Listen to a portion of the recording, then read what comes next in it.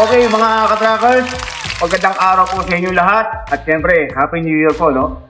Happy New Year po, maliging bagong taon po sa ating lahat. At ito, syempre, fourth update na rin po tayo sa tech body po natin na nakuha ng client mo natin from La Union, Agoong La Union. So, ito po, sa likod ko, dalawa po yung unit po yan, no? From close band and drop side to take body. So, yung ito sa likod ko, ito yung LPR na 4DG1 ang makina at 16 feet ang haba. Ito na po, take body. Yan. Almost done na po mga ka-trackers. At yun nga, kulang na dito yung mga lettering na request po ni Sir Romel. Shoutout po, Sir Romel. At ito na yung unit natin. Lapit naman na lang ilabas to. So, ito yung mga ginagawa ninyo, sir, no? So, requirements po ninyo, may molye, napadagdag tayo ng molye. Harap likod po yan, dilagdag ang molye. At ito mga ka-trackers, yung isa, no? From close band to thick body rin na 16 feet to 20 feet. Ito na po. No? Pinahaba po niya, nagpa-extend po tayo ng 4 feet pa para maging 20 feet. So, okay na rin po ito mga ka-trackers. At ang makina nito mga ka-trackers po, A4 HK1. At ayun nga, malakas na makina, no? So, ito. So, malapit na rin po.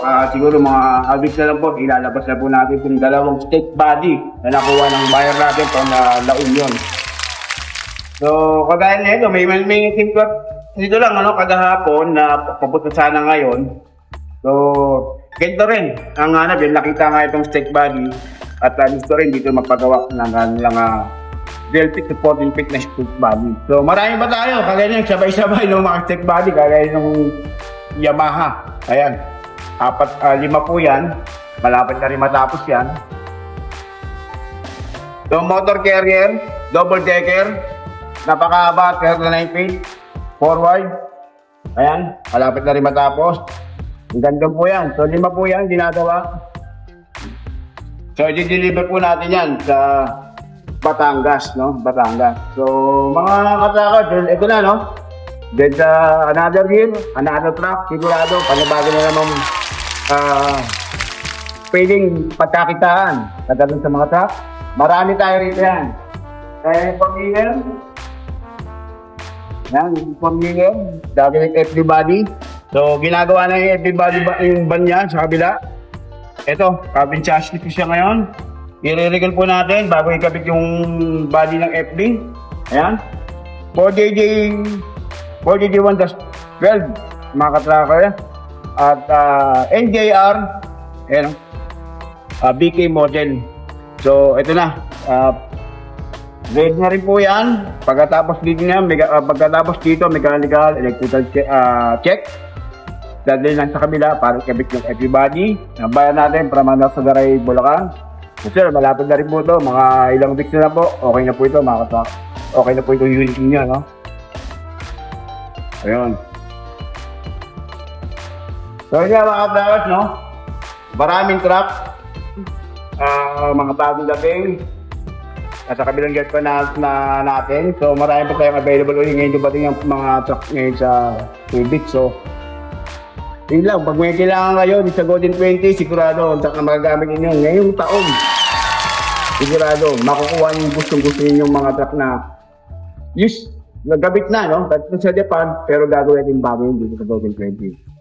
So, ilang mga ka-trackers, ay di po rin mga number natin. So, ilang po, tawag lang po kayo. Dito, bibigyan namin kayo ng unit na sigurado, garantisado, magagamit nyo sa hanap buhay nyo, mga ka-trackers. So, ilang mga ka-trackers, at abangan nyo, susunod ang mga post namin, mga videos na gagawin ngayong taon para makita ninyo kung ano ba mga truck na meron kami rito sa Golden 20. So, ilang mga ka-trackers. Thank you.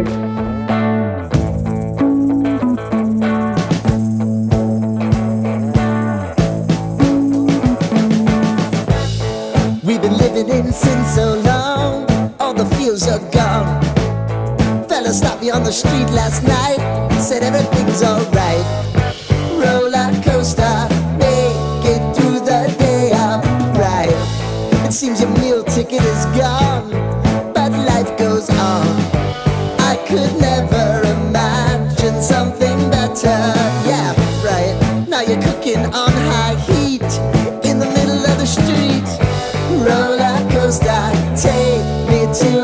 better time. Let's go. All sing your high line with the roller coaster of life. Yeah. It's time to all choose your timeline on the roller coaster of life. Oh, you seem to easily forget how to place your bet. When everyday life gets you down, you gotta steal the crown. Got to own it.